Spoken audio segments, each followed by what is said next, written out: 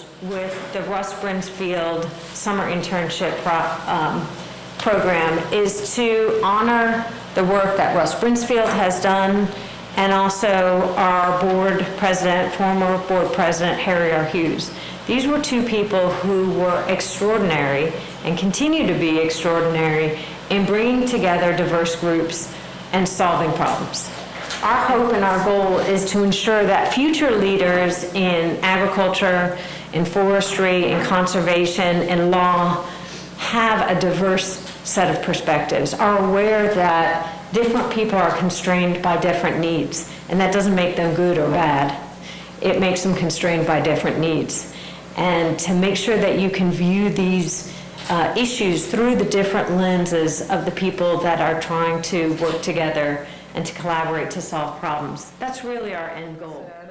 And at the Agriculture Law Education Initiative, one of our goals is to provide education and outreach to students who show an interest in agricultural law. We were lucky to find two great interns this year who had that passion, and it's wonderful that we're able to go beyond just classroom teaching, which we do at College Park and which we do at the University of Maryland Law School, and take what they learned in the classroom and help them to be able to apply it.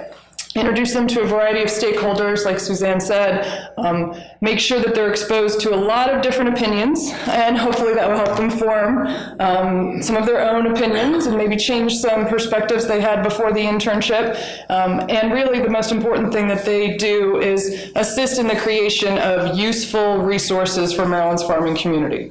So I'm very grateful for the assistance they provided in that regard, and I agree with Suzanne, it's been very mutually beneficial. The interns always teach me as much as I feel like I'm teaching them, mostly technology things, but that's very valuable for me. No, but I thank you both, and I thank everyone for coming, and I will leave it to them to tell you about what they worked on this summer. So I think I met most of you, but my name is Danielle Naundorf, and I'm the undergraduate component of this year's summer internship program. I'm from Morton, Maryland, and I just graduated from the University of Maryland College Park with a dual degree in economics and animal sciences. I was really drawn to this internship because it largely serves the community that I grew up in, and because it combines agriculture, which I studied in undergrad, with law, which is what I hope to study in the future.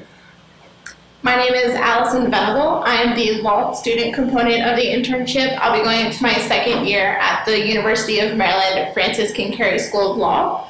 I was drawn to this internship because I'm from Frederick, Maryland, and while I'm studying environmental law, I come from an agricultural background, so being able to put those two perspectives into practice was a really unique opportunity for me. Throughout the summer, we've had the opportunity to work on a wide variety of topics. We've chosen 4 of our projects to highlight in this presentation. They involve saltwater intrusion, the Chesapeake Bay Program, aquaculture theft prevention, and forest and acres on farmlands. We also wanted to take a moment to highlight a really unique aspect of this internship. And Danielle and I probably spent maybe 1 or 2 weeks where we were just in the office the entire week. The rest of the time we got to spend visiting local farms, seeing very unique dairy operations and poultry farms, and going out and experiencing what we were learning about, what we were researching, and what we were writing, and see how it actually works in the real world.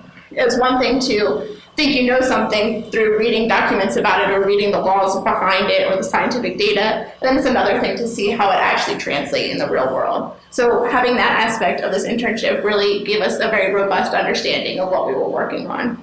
It was amazing. We really went from one end of the state to the other, all the way to the border of West Virginia, and we were so appreciative of those opportunities. This summer has meant so much to us, but we both wanted to share an experience or two that really stuck out to us. And for me, it was my trip to Western Maryland. I didn't know very much before going out there. I always saw agriculture and forestry as entirely separate, but I never will forget the conversation that we had with Ken Roberts at Luke Paper Mill, where he referred to the trees that they were replanting as new technology. I realized then that they had an incentive to replant. If they didn't replant, they would be harvesting trees that were not growing as quickly or had more limbs. And that really stuck with me because it reminded me of selecting for things like crop yield. And that's when I realized that the foresters and loggers who harvest and replant timber aren't so different from the farmers who plant soybeans and corn right across the street from my house. And I would have never had an experience like that had it not been for being housed here at Y. We were surrounded by so many amazing experts in so many fields that opened so many doors for us, and we couldn't be more thankful. Yeah, being able to utilize everybody that works here at the Y was an unbelievable asset to our experience. Having experts from oysters to poultry to forestry to everything that we even talked about in our day-to-day interactions was just a really beneficial aspect of the internship. And just recently, I've been talking to people like Don about looking into natural resource law, which was an area that I hadn't really considered as a place for me to go with my legal career until I did this internship. So now talking about all these different fields and how expansive ag law and environmental law can be and how many areas they can touch was just kind of really eye-opening for what I want to go on and do the rest of my life.